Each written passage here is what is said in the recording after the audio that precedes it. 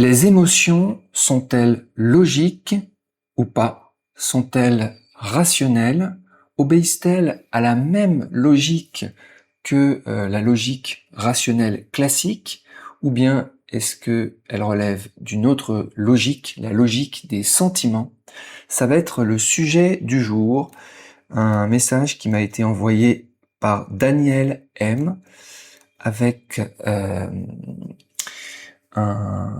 des théories de Théodule Ribot, que je ne connaissais pas, et qui essaye de démontrer qu'il y aurait deux logiques, la logique rationnelle et la logique des sentiments, alors que je pense que c'est faux, je sais même que c'est faux, puisqu'il n'y a rien de plus rationnel qu'une émotion. J'essaye de l'expliquer depuis longtemps sur ma chaîne, malheureusement, les gens ne comprennent pas, mais je comprends pourquoi les gens ne comprennent pas, puisque on est bassiné dès notre plus tendre enfance, on est endoctriné dans l'idée que, eh bien, les émotions, les sentiments, l'amour échapperaient à toute forme de logique et de rationalité, ça relèverait du cœur et non de l'intellect. Eh bien, c'est faux. Les émotions, comme tout en ce monde, est parfaitement logique, rationnel, reproductible, quantifiable et même monétisable. On peut acheter une émotion et tous les jours, vous achetez des émotions sans peut-être vous en rendre compte. Oui, les émotions s'achètent. Oui, le plaisir s'achète. Alors, Théodule Ribot, 1839-1916, c'est le père fondateur de la psychologie scientifique française.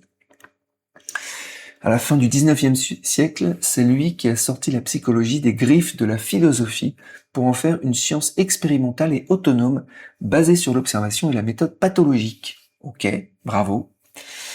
Alors, qu'est-ce qu'il nous raconte? Donc, origine et distinction des deux logiques, Théodule Ribot démontre qu'il existe chez l'être humain, enfin démontre. Moi, je n'accepte pas cette démonstration. Hein. Et je vais vous en faire une autre. Donc, il démontrerait, on va mettre au conditionnel, qu'il existe chez l'être humain une logique sentimentale ou émotionnelle dont la structure et le fonctionnement diffèrent de la logique rationnelle. Alors selon lui, ces deux logiques ne sont pas en rupture, elles découlent toutes deux de la nature humaine et visent l'adaptation et la conservation de l'individu.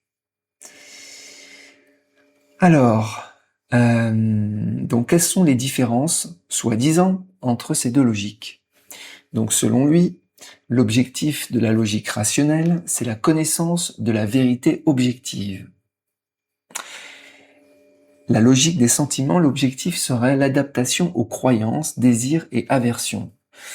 Eh bien non, je ne crois pas. Je crois que pour les chercheurs de vérité, comme moi, eh bien, nous avons à cœur de trouver la vérité partout, là où elle est.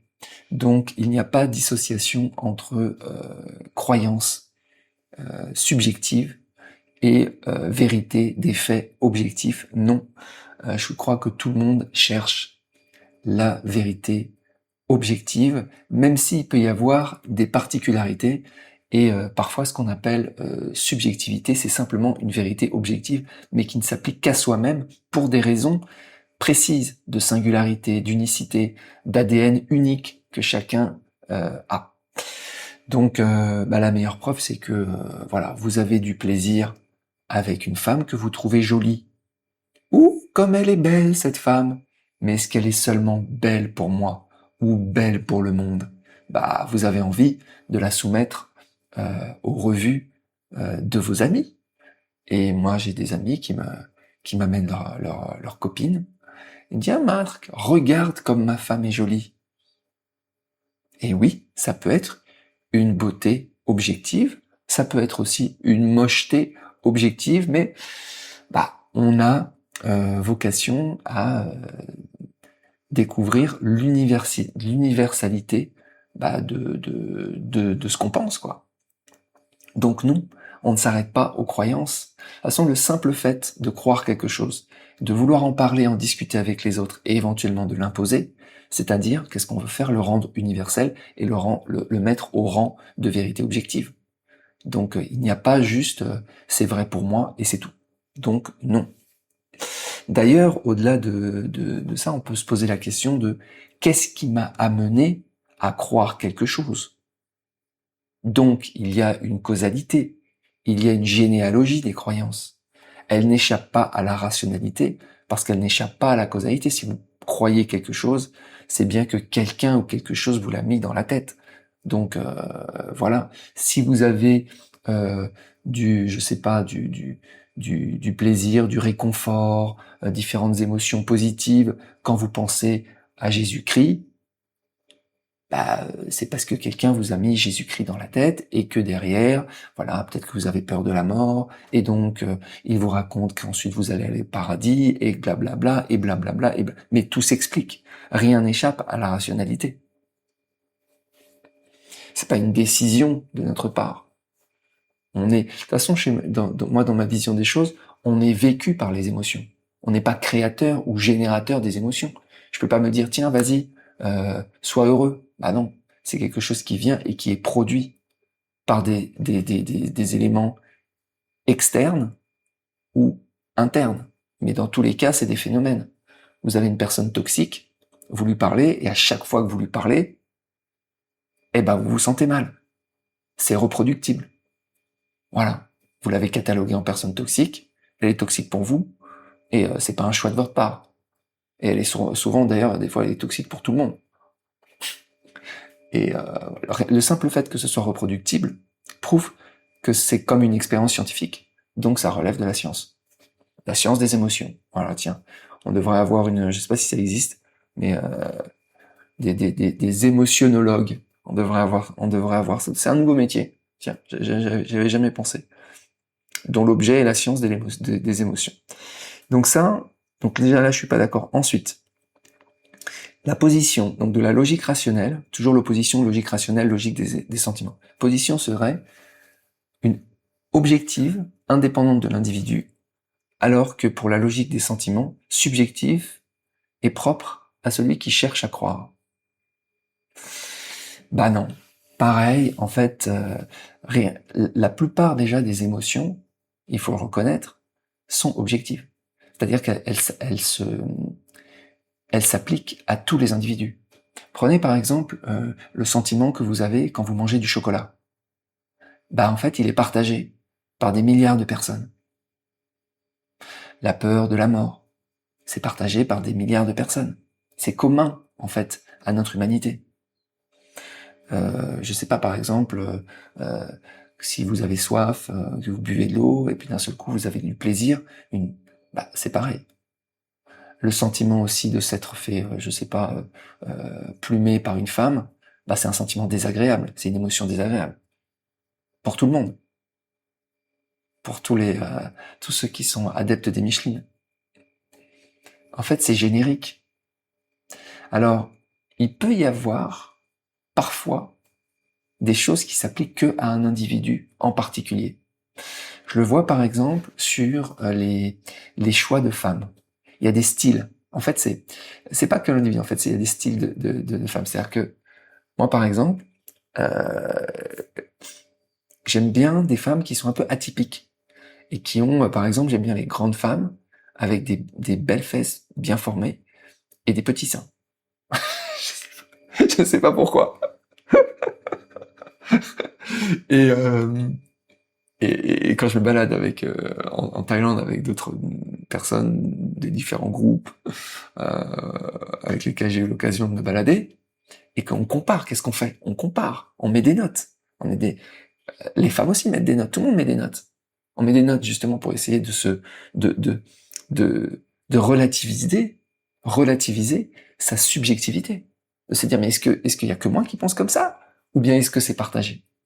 Et souvent, en fait, il y a des styles différents. Par exemple, il y en a qui préfèrent les petites femmes skinny, avec des jambes bien, moi j'appelle ça squelettique, mais voilà, bien skinny, très mince, etc. Alors que moi, non, pas du tout. Moi, ça me fait peur, ça. Vous allez me dire, ouais, mais ok, on a tous nos goûts différents. Ben là encore, c'est faux, en fait. Parce que, justement, il y a des catégories, des profils d'attirance. Et on remarque, on a identifié avec quoi, il y a peut-être une dizaine de profils d'attirance. Mais en gros, on va dire, ah tiens, c'est bizarre, toi, t'es comme moi, toi. Tiens, toi, tu la trouves belle comme moi.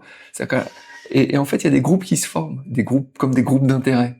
Donc personne, il y a pas de subjectivité pure, tu vois. Continue. Ensuite, logique rationnelle et composante, état intellectuel, perception, concept épuré d'émotions. Et logique des sentiments, concept et jugement à fort quotient émotionnel. Jugement de valeur. Bon, là, pareil, là, il dit rien de plus. Ensuite, il dit, c'est intéressant, le principe de la logique rationnelle, c'est qu'elle obéit au principe de non-contradiction. Alors que la logique des sentiments, elle ignorerait la contradiction, elle recherche seulement la satisfaction ou le succès. Alors, on explique en fait ce qu'il veut dire par là. Dans la logique rationnelle, si deux faits se contredisent, par exemple, ce produit me rend malade et ce produit est excellent pour ma santé, l'esprit logique bloque, il cherche l'erreur. Dans la logique des sentiments, ce blocage n'existerait pas, parce que le but ultime de ce raisonnement n'est pas de trouver la vérité factuelle, mais d'obtenir une satisfaction psychologique ou de justifier un désir profond. Et ben ça c'est faux. Voilà, il s'est trompé sur tout de toute façon. En fait, l'esprit est toujours rationnel. Il va qualifier, quantifier, mesurer les différentes émotions, anticiper les différentes émotions produites par quelque chose, pour déterminer celle qu'il va choisir. On prend toujours la décision qui est la meilleure pour soi, avec les connaissances qu'on a, en fait. Donc ça reste un choix rationnel. Je vous donne un exemple. Manger du chocolat, on revient là-dessus. Je pèse déjà, mettons, 100 kilos, mais j'ai envie de manger du chocolat. Bah, je vais peser le pour et le contre. Le plaisir, d'un côté, le plaisir du chocolat, le plaisir que je vais avoir à manger du chocolat, la gourmandise, et de l'autre côté, la tristesse d'être un pachyderme, de me pachydermiser encore plus, de devenir un éléphant. Bon. Les deux sont mis.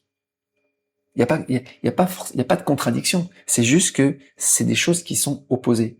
Et c'est l'émotion la plus forte qui va primer.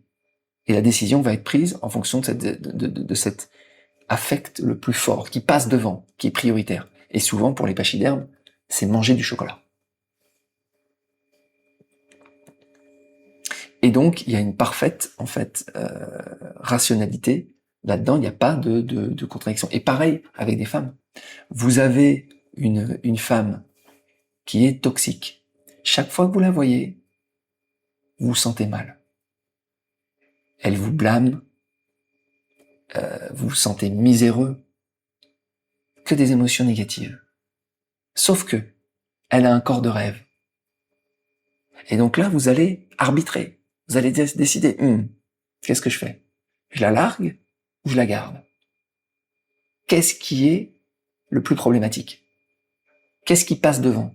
Le plaisir d'avoir accès à sa beauté physique, mais par contre, il faut que je subisse tous ces blâmes. Vous choisissez. Et en général, l'homme accepte. Et accepte la toxicité des femmes parce qu'il a trop besoin de fourrer son petit oiseau. Pareil. Mais quand ça devient trop lourd, il s'en va. Rationnel. Là aussi, décision rationnelle. Pareil dans le choix entre plusieurs femmes. Choix totalement rationnel. Il va analyser. On sait. Si on écoute un petit peu son cerveau qui est en train de réfléchir, qui mesure, vous arrivez devant des gourgandines, des machins, tiens, celle-ci, celle-là, catégorisez, vous analysez, en fait, vous quantifiez, vous mettez des notes. Non apparentes, parfois, non observables. Mais si on vous dit, oui, mais celle-là, combien? Tiens, celle-là, c'est un 3 sur 10. Ah, celle-là, c'est un 6 sur 10. Ah, j'ai pris le 6 sur 10. Ah, tiens, il y a le 8 sur 10 aussi, là. Vous choisissez, c'est celle qui est le meilleur pour vous, par rapport à votre analyse. Donc là aussi, c'est faux.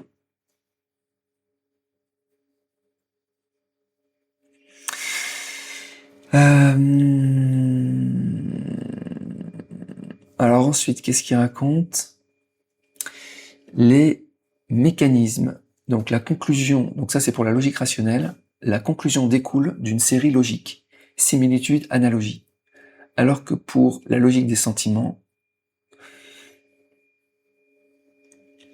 la conclusion conditionne la série, principe de finalité guidé par une tendance unique. Alors qu'est-ce qu'il a voulu dire là-dessus? Dans les raisonnements intellectuels, on part des faits. Étape 1, 2, 3, etc. pour arriver à une conclusion logique. La série conditionne la conclusion. Ok, donc ta série causale en fait. A entraîne B, B entraîne C, C entraîne D, etc.